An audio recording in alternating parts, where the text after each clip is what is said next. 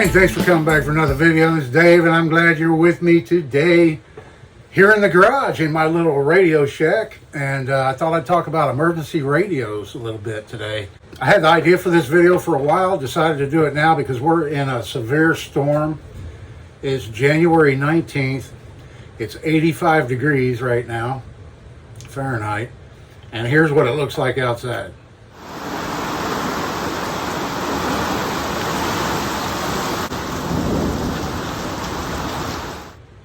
Well, that's actually looking through the screen to the outside. It's really coming down.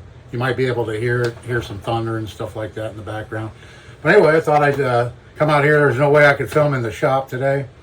It's just too loud with the metal roof and everything. So I thought I'd talk radios. So emergency radios, it's a good idea to have one. Your power goes out and you want to stay informed. There's a couple of key things that I live in an area that's prone to power outages. We may even actually have one. You never know while I'm making this video.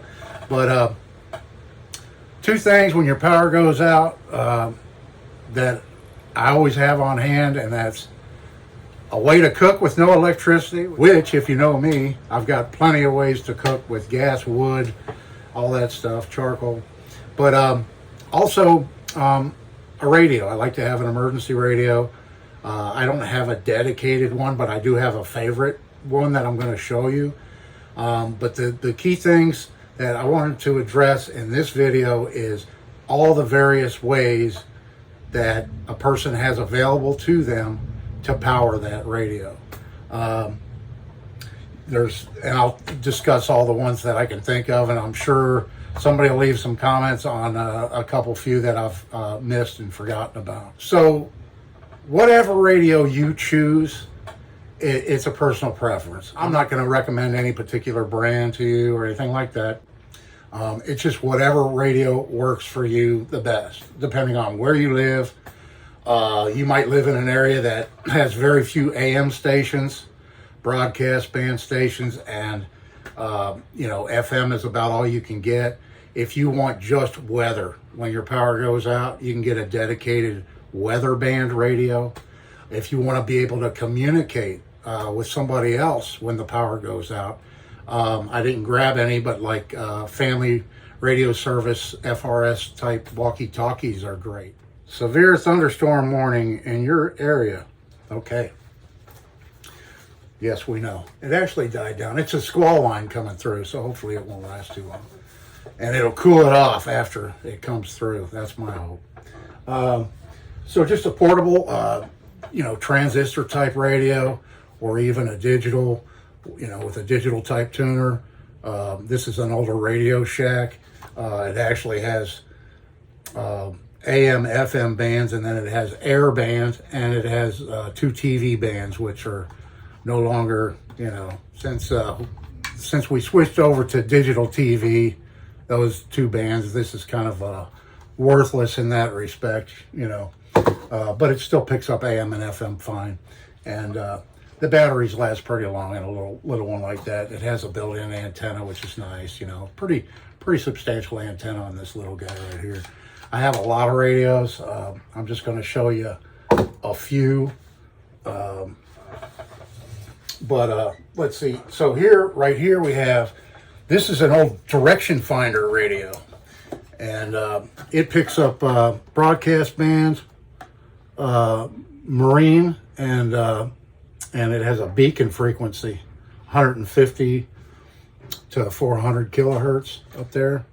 And what you do is, this is actually an old, I think it's from the 60s, portable radio that I restored, and it takes 6 D cells, which makes it even heavier than it is now. It's not very portable. So this radio was mainly made for mariners.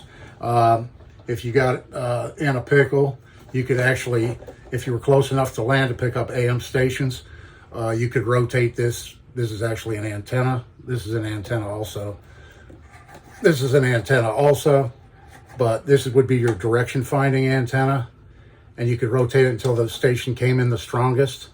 And if you knew the location of where that radio station's antenna was located, it'd give you a fix on your position. So I just thought I'd pull that one out and show you. It works really well It has a really good tuner in it, and it picks up broadcast very, very well on that radio.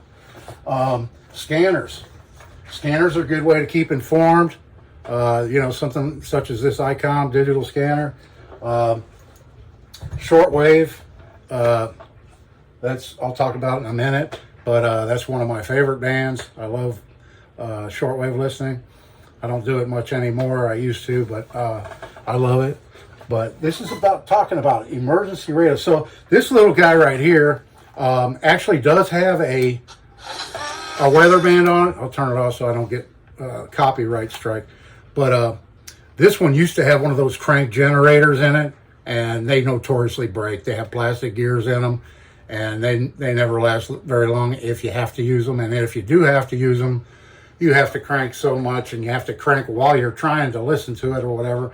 And they make these, and they're relatively inexpensive now, with built-in lights, compasses, solar panels on the top. I used to have one like that. If you wanted something small, compact, portable that's going to work, one of these little radios here will be just fine for you.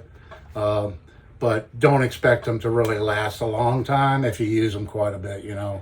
They're not made to have a lot of longevity, really. They're just made to sell you a product and get you to buy it, and then when it breaks, buy another one. You know what I mean? VHF, that's another option. Handheld VHF, such as this. You can pick up weather with these. You don't have to live near a coastline. Coast Guard weather forecast along all rivers and all that stuff in the United States. A lot of this information I'm giving you, of course, applies to those in North America, but I'm sure there's some similar services in other parts of the world. Let me know. I'd like to hear it in the comments. What station you might listen to if your power goes out or when your power goes out. I'd love to hear that. You have, your portable VHS, and then you have your more fixed ones that you'd have on your boats like that. And that's two-way communication and weather. All these, at least all modern VHF radios have a button on them, like right here, that WX. It instantly tunes the radio to the weather broadcast. Moving on to this right here. This is a Grundig or however you want to say it. It's Grundig. This is the S350. This is an older one. I've had this for a number of years, and it still works like the day I bought it. I love it. I take pretty good care of it. It's got a few scratches on it, but it is a digital tuner, and it's shortwave. It actually has a narrow and wide bandwidth selector. FM. It has AM frequencies, shortwave 1, 2, and 3, all different frequencies of shortwave. And it has fine tuning, and it has a really good built-in, very long antenna. Okay. And it is portable. And it is battery operated and portable. Now, a lot of these radios you get now have the built-in lithium-ion batteries, rechargeable. They're great when they last. A lithium battery, when it gets down so low and stays there, you can't charge it again. It's junk. And a lot of radios on the market today with those built-in lithium-ion batteries don't have an easy way to replace that battery. You have to take the radio apart. You have to be proficient in soldering and that type of thing to install a new battery. I did it in a GPS I had in my truck that the battery went bad. It got to where it wouldn't take a charge anymore. So I bought a battery, soldered it in. It lasted like maybe another 6 months or a year, and then, it died. But I'm definitely a fan of a radio where you can replace the batteries rather than a built-in battery. So this particular radio here runs on 4 D cells. It's 6 volts DC. It comes with an AC adapter, a transformer. I call these wall warts. You just plug this into your wall, and 120 volts, 60 hertz US voltage, be 240, 50 hertz over in Europe. But, all your radios you're going to buy over there are going to be that voltage. And so all this information really applies if you just do the conversion. But yeah, you have this source right here. I'm going to run down. I've got 7 ways I can power this radio in an emergency. If I run out of D-cell batteries, my power's out and I run out of D-cell batteries, I can take something like this right here, which is a power inverter. This converts 12 volt DC, like your car battery, and it jumps it up to 120 volts AC. And the prices on these have gotten really reasonable. This one has 2 outlets, and it also has a little 5 volt USB charging port. But it comes with heavy cables and alligator clips that you can clamp right onto your car battery. And then you power this on, hit the power button. I have a few of these. I have one of these permanently mounted in my truck. Really handy for plugging in your laptop computer if you don't have the power cord for the car power outlet, you know.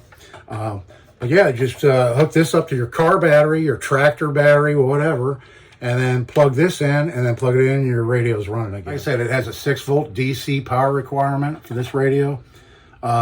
If all I had was a 9 volt battery, I could take something like this and something like this right here, which is a 12 volt buck converter. I can solder this 9 volt battery clip to this, solder another cable that plugs into my power port on that.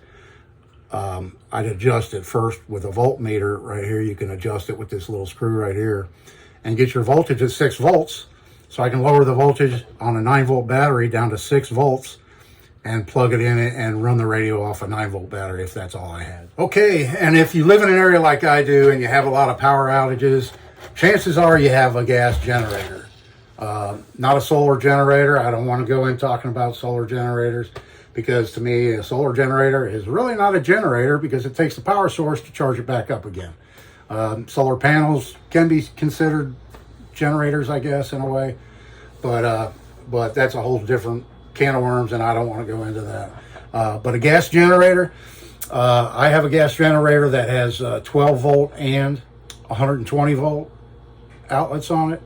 So I could plug in, if I had a car adapter for my radio, plug it into the 12 volt, or use, there again, my transformer wall adapter, plug that into the gas generator, run the radio that way. And one more option real quick is you can buy these very inexpensive. I use them for all kinds of different projects, making things. Yeah, I actually want this light right here, my radio shop light, is powered with one of these. You can buy these in all different configurations, and then from there you just wire on whatever adapter you need for your particular radio, whether it's USB-C or, you know, a 3.5, or, you know, just, you know, whatever adapter, whatever plug-in your particular radio needs. So yes, I should say too, if you using one of these and it takes AA's, they also have adapters where you can convert your AA's into AA's. Here they are.